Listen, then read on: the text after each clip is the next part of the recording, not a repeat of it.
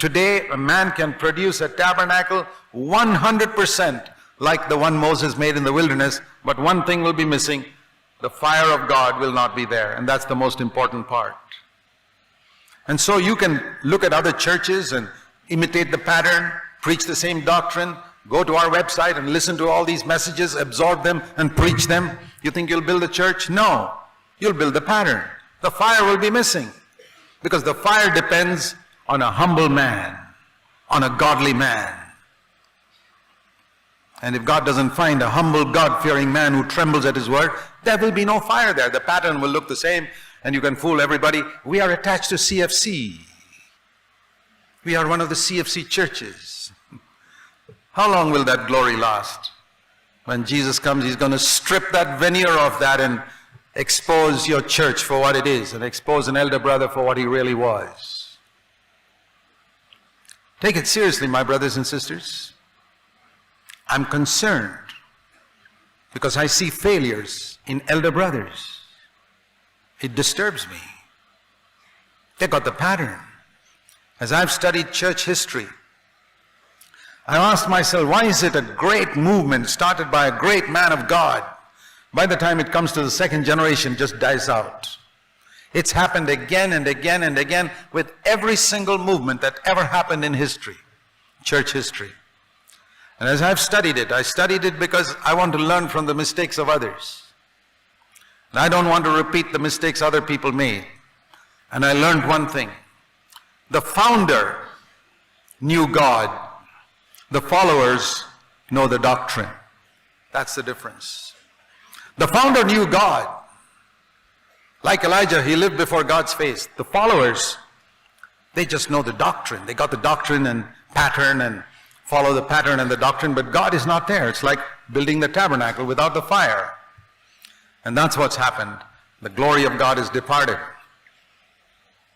And the Old Testament word, Ichabod, is written there. The glory has departed. So the solution to it is to determine, any one of you, God can use you to build a church if you decide one thing. Lord, I am determined to climb to the top of this mountain. What is the top of the mountain? Where I do nothing, Philippians 2 verse 3, from selfishness and nothing from pride. And if I discover some selfishness or pride, I immediately repent in dust and ashes before God and say, Lord, that was not this person's fault or that person's fault. It was my selfishness. It was my pride.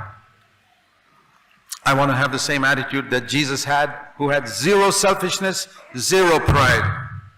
When it says we are to walk as Jesus walked, it means we are to walk with zero selfishness, zero pride. And like a child learns to walk, we have to learn to walk. It's a long walk.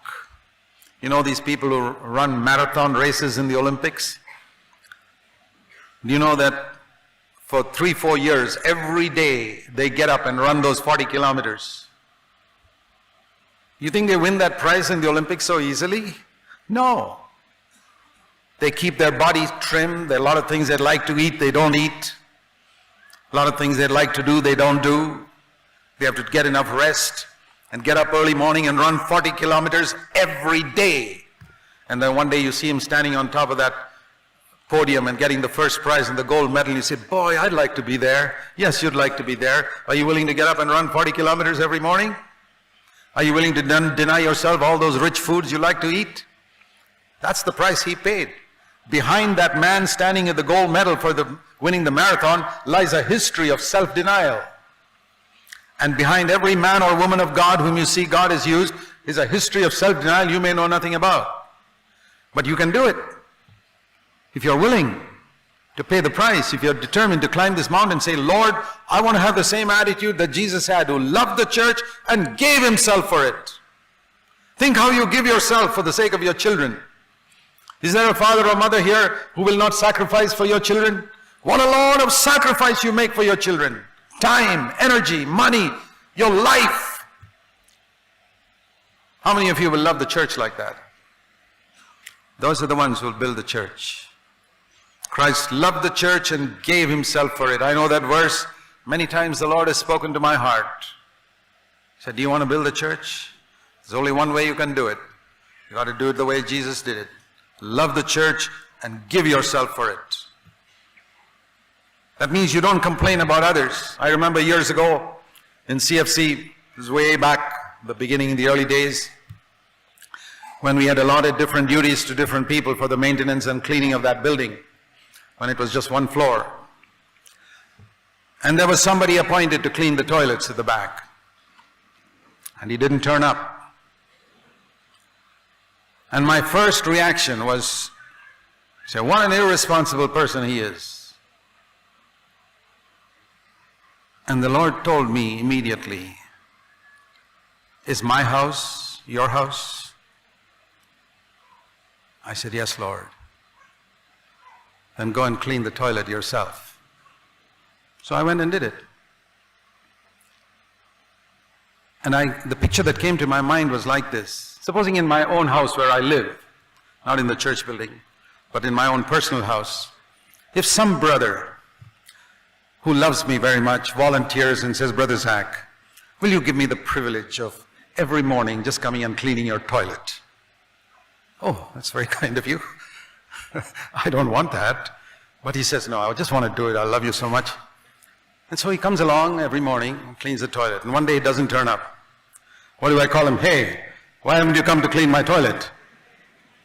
Will I do that? Impossible. Impossible. Why should he come to clean my toilet? It's my house. I should be thankful that he did it for so many weeks. The Lord said, treat my house like your house. Then you will be my servant. And I decided that day, Lord, your house will be my house. Your family will be my family. I will care, I will sacrifice.